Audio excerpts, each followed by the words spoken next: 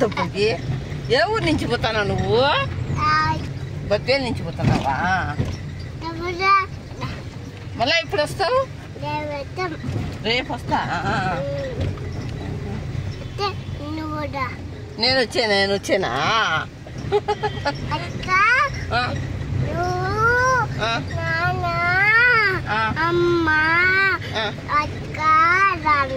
రావాలా?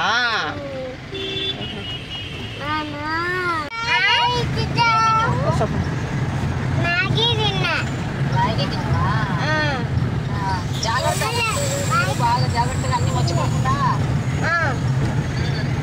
నాన్నమ్మ కూడా ఉండు. బాగా జాగ్రత్తగా ఉంటుందా?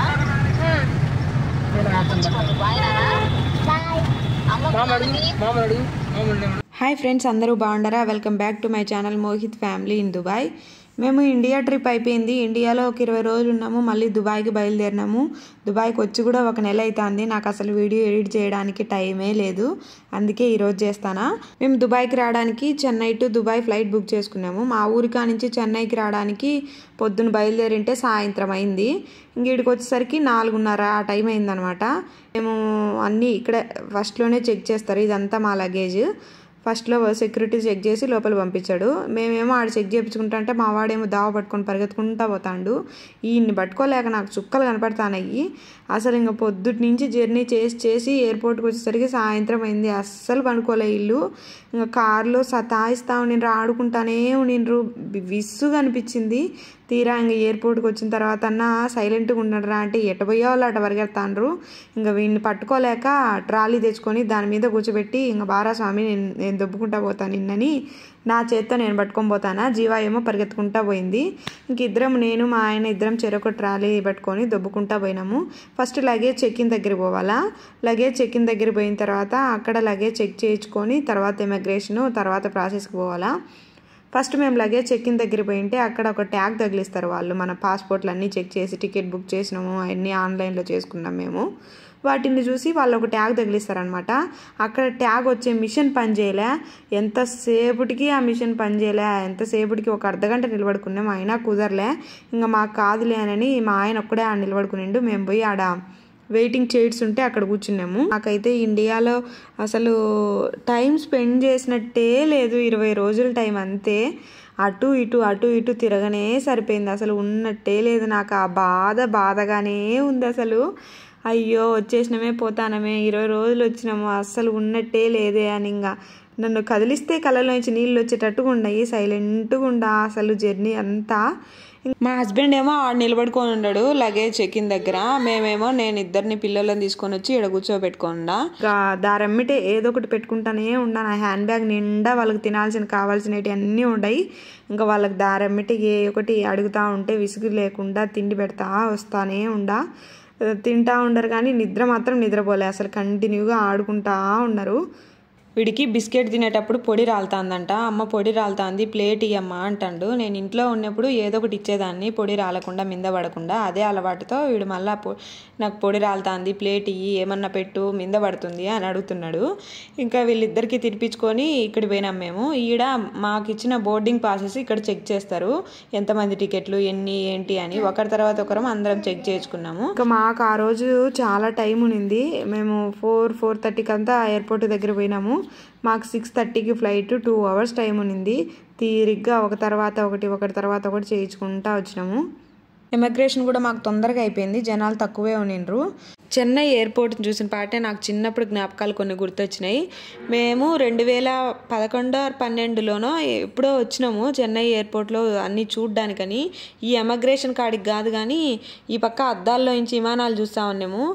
ఎట్టొచ్చినామో ఏమో నాకైతే గుర్తులేదు. మొత్తానికి ఈ అద్దాల్లో నుంచే ఫ్లైట్లు అయ్యో అని చూసినాము. అదే నేను ఫస్ట్ ఫ్లైట్ చూడడం 2011 or 12. ఏ టైంలోనో వచ్చినాము, యాడికో వచ్చినాము. ఈ అద్దాలో నుంచి ఫ్లైట్ని చూసింది మాత్రం నాకు గుర్తుంది. అస్సలు ఒకప్పుడు విమానం పైన ఎగిరిపోతూ ఉంటే విమానం పోతుందని విమానం ఎంత దూరం కనపడితే అంత దూరం పరిగెత్తుకుంటా పోయేవాళ్ళము. ఇక్కడ ఎయిరో బ్రిడ్జ్ ఇండిగో ఫ్లైట్కి కనెక్ట్ అవుతుంది చూడండి. ఎక్స్టాండ్ అవుతా రెడ్యూస్ అవుతా దానిపై కనెక్ట్ అవుతుంది. ఇక్కడ ఒక పాప కనపడింది, వీళ్ళు కూడా తెలుగు వాళ్ళే అంట. ఆ పాప మన మోహిత్కి బిస్కెట్ ఇచ్చింది. ఒకప్పుడు చూడ్డానికి నేను చెన్నై ఎయిర్పోర్ట్కి వచ్చిన, ఈ రోజు ఫ్లైట్ ఎక్కడానికి వచ్చిన. 25 ఏళ్ళు ఎక్స్పీరియన్స్ ఉంది కోవిడ్లో. ఆయన రావడం పోవడం, పోయేటప్పుడు కానీ వచ్చేటప్పుడు కానీ ఎప్పుడు ఎయిర్పోర్ట్కి పోలే. పోవాలనుకుంటానే కానీ ఎప్పుడు పోలే. పోయేటప్పుడేమో బాధ ఏడుస్తూ ఉండేవాళ్ళము, వచ్చేటప్పుడేమో తీరా వచ్చాడు కదా మళ్ళీ ఆడికి పోవడం ఎందుకు అని వచ్చేవాళ్ళం కాదు. ఇప్పుడు నేను పోతా అంటే మా నాన్న ఒకటి ఏమైనా బాధపడతాండి, అసలు రాలే ఎయిర్పోర్ట్కి వచ్చి నాకు బాధనైనా మిమ్మల్ని వదిలిపెట్టి, నేను ఆ రోజు ఎట్టపోయినానో ఈరోజు మీరు మమ్మల్ని వదిలిపెట్టిపోతాండ్రు, నేను రాను అన్నాడు. ఇంకా సరేలే అని మేమే పిల్లలను తీసుకొని వచ్చినాము. ఇంకా మా లగేజ్ అంతా ఇక్కడ కొంచెం స్ట్రిక్ట్గా ఉంది. కాళ్ళకు ఉండే చెప్పులు, షూస్, సాక్స్లు అన్నీ ఇప్పదీసి పెట్టాలా. నా హ్యాండ్ బ్యాగ్ వచ్చింది, జీవా బ్యాగ్ వచ్చింది, బట్ మా హస్బెండ్ ల్యాప్టాప్ బ్యాగ్ మాత్రం రాలే. ఏంటి అని పోయి దగ్గర పోయి చూస్తే దాంట్లో ల్యాప్టాప్, ఛార్జర్లు అన్నీ సపరేట్గా తీసి పెట్టలేదని, అందుకని రాలేదంట. మళ్ళీ అన్నీ సపరేట్గా తీసి పెట్టి మళ్ళీ స్కాన్ చేయించుకుంటే ఓకే అయింది. అక్కడ ఒక ఆయన, మీరు గమనించినారో లేదో, ఆయన అన్ని పసుపు పొడి, కారం పొడి, ధనియాల పొడి, గరం మసాలా అన్ని డబ్బాలకు వేసుకొచ్చుకునిండు. అవన్నీ లగేజ్లో వేసేచ్చే పోతాయి. ఆయనకు తెలియదేమో పాపం, అన్నీ హ్యాండ్ లగేజ్లో పెట్టుకున్నాడు. అన్నీ తీసేసి ఒక కవర్కి పోసి అవన్నీ మూట కట్టి డబ్బాలు మాత్రం ఆయన చేతిలో వేసి పంపించింది. అసలు ఈ చెన్నైలో కొంచెం స్ట్రిక్ట్గా ఉన్నాయి రూల్స్. ఇంకా మాకు టైం ఉంది కదా అని చెన్నై ఎయిర్పోర్ట్ అంతా తిరుగుదామని తిరుగుతూ ఉండము. మా వాడు ఏమన్నా చెప్పిన మాట వింటాడేమో చూడండి, పరిగెత్తా పోతాండు. అసలు చెప్తే విన్నే ఇలా పట్టుకోలేకపోతాను విన్ని. నేను పెళ్ళిగాకముందు అనుకునేదాన్ని, ఎవరన్నా తులవ చేసే పిల్లలను చూసి ఏందా తులవ చేయడము, అతి చేయడము, వాళ్ళ అమ్మ వాళ్ళ నాయన నాకు భయం పెట్టలేదా, కొట్టలేదా అని. మళ్ళీ నా దగ్గరకు వచ్చినప్పుడు నాకు అర్థమైంది, కొట్టడం చేయడం కాదు, కొంతమంది పిల్లలు ఇంతే అని. వీళ్ళకి ఇంకా ఎయిర్పోర్ట్లో ఏదో ఒకటి తినాలా అనే ఆశ, అందుకే ఆకలి అవుతుంది, ఏదో ఒకటి తినిపించుకోవాలా అని వీళ్ళు ఫ్రెంచ్ ఫ్రైస్ తినిపించుకొని ఇంకా మేము బయలుదేరినాం. మా ఫ్లైట్ టైం వచ్చేసింది. మాకు బోర్డింగ్ పాస్లు ఉన్నాయి కదా, అవి ఇక్కడ మళ్ళీ చెక్ చేయించుకోవాలా, స్కాన్ చేసి ఇంకా లాస్ట్ ఫైనల్ చెక్కింగ్ ఇది. స్కాన్ చేసి మమ్మల్ని ఫ్లైట్లోకి పంపిస్తారు. ఇది ఎయిరో బ్రిడ్జ్ ద్వారా మనము ఫ్లైట్లోకి పోవాలన్నమాట. ఈడ పోయేటప్పుడు కూడా మా వాడు చెయ్యే పట్టుకోలేదు. బస్సులో అయితే 6 ఏళ్ళు కానీ 4 సంవత్సరాలే మా పిల్లోనికి, 4 ఏళ్ళే అని చెప్తాము. ఫ్లైట్లో గడ్డి తింటానట్టు ఎంత టికెట్ పెడితే అంత టికెట్ పెట్టి కొనుక్కోవాల్సిందే. ఖచ్చితంగా ఆన్లైన్లో వాడికి 2+ అంటే ఒక 20 రోజులు జరిగింది. అది టికెట్ తీసుకునేదాకా మమ్మల్ని ముందుకు పోనీలే. 2+ టికెట్ తీసుకోండి అని 4 టికెట్లు తీసుకున్నాకనే కన్ఫామ్ అయినాయి మాకు టికెట్లు. ఇంకా ఎయిరో బ్రిడ్జ్ కనెక్షన్తో మనం ఫ్లైట్ లేకపోతాము. ఈ ఎయిరో బ్రిడ్జ్ ఎక్స్టెండ్ అవుతుంది, రెడ్యూస్ అవుతుంది. ఫ్లైట్కి తగ్గట్టుగా పొడవు వెడల్పులు అమర్చుకొని సెట్ చేసుకొని ఫ్లైట్కి అమర్చేస్తారు. ఇంకా లోపలికి మనకి ఎయిర్ హోస్టెస్ వెల్కమ్ చెప్తాంది. ఈ ముందు పక్క ఏమో బిజినెస్ క్లాసు, వెనకేమో నార్మల్. మా వాడి ఫ్లైట్ ఎక్కడం కూడా వాడే సింగిల్గా పోతున్నాడు చూడండి. ఇంకా మాకేమో 2 విండో సీట్లు వచ్చినాయి, 2 పక్క సీట్లు వచ్చినాయి. ఇది అటు 3 సీట్లు, ఇటు 3 సీట్స్ ఉంటాయి అన్నమాట. ఇంకా 4 సీట్లు అయితే నలుగురం కూర్చుండే వాళ్ళము. ఇంకా 3 వచ్చినాయి కాబట్టి వాళ్ళ నాన్న ముందు కూర్చోవాలా, మేము వెనక కూర్చోవాలా. కానీ ఈసారి మాత్రం శుద్ధ దండగా వాడైతే వాళ్ళ నాన్న అస్సలు సపరేట్గా పోనీలే. 3 సీట్లలోనే నలుగురం అడ్జస్ట్ అయ్యి కూర్చున్నాము. వాడు సీటా పాడా, వాళ్ళ నాన్న మీదనో నా మీదనే కూర్చుంటాడు. ఇండియాకి వచ్చేటప్పుడేమో ఇద్దరిని ఆ పక్క ఈ పక్కని పనబెట్టుకొని నేను ఒకదాన్ని కూర్చున్నా. అప్పుడేమో 3 సీట్లు పక్కన ఆ పక్క ఉండేదే వచ్చింది. ఇంకా వాళ్ళ నాన్న ఆ పక్క ఎదురు కనపడతా ఉండేసరికి సైలెంట్గా ఉన్నాడు. ఈసారి మాత్రం ముందు పక్క విండో సీట్ వచ్చింది. అందుకే ఇంక వాళ్ళ నాన్న అస్సలు పోనీలే వీళ్ళిద్దరు కలిసి.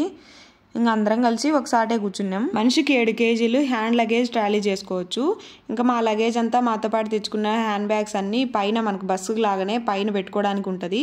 మా లగేజ్ మా హ్యాండ్ బ్యాగ్స్ అన్నీ పైన పెట్టేసినాం. ఇంకోటి ఉంది, మేము ఫ్లైట్ మా టైము 6:30, అప్పుడప్పుడే పొద్దుగుకుతా ఉన్నింది. ఇంకా లోపలికి వచ్చి కూర్చున్నాక ఇప్పుడన్నా మా వాడు చక్కగా కూర్చుంటాడేమో చూడండి. అది బీగాలంటాడు, ఇది బీగాలంటాడు, అదే వేయాలంటాడు, ఇదే వేయాలంటాడు. కదలకుండా కూర్చోరా అంటే ఈయననే వినడు, ఆడుకుంటానే ఉండడు. ఇంకా జీవా ఏమో సీట్ బెల్ట్ పెట్టుకుంటా ఉంది. ఈమెకు బాగా స్కూల్కి పోతుంది కదా, బస్సు ఎక్కిన బాటనే సీట్ పెట్టుకుంటారు స్కూల్ బస్సులో. ఇంకా అట్నే ఫ్లైట్ ఎక్కిన బాటనే ఇంక సీట్ పెట్టేసుకుంటుంది. వద్దనే కానీ వినదు. ఇంకా సీట్ పెట్టుకొని నేను విండో సీట్ నేనే కూర్చుంటా, నువ్వెందుకు కూర్చుంటావని నన్ను ఈ పక్కకు దొబ్బేసింది. ఆమె విండో సీట్ కూర్చునింది. ఇంకా ముందు పక్క మాకు ఒక విండో సీట్ వచ్చింటే ఇంకా వాళ్ళ నాన్న పోయి ముందు కూర్చుంటే వాడు ఒప్పుకోలే. నాన్న వెనక్కి రా అనేసరికి ఇంకా వాళ్ళ నాన్న కూడా వెనక్కి వచ్చేసినాడు. ఈ ఫ్లైట్లో పొగలు చూడండి ఎట్టొస్తుందో. ఇది రన్వే మీద పోతా ఉంది, అందుకే పొగలు ఎక్కువ వస్తున్నాయి.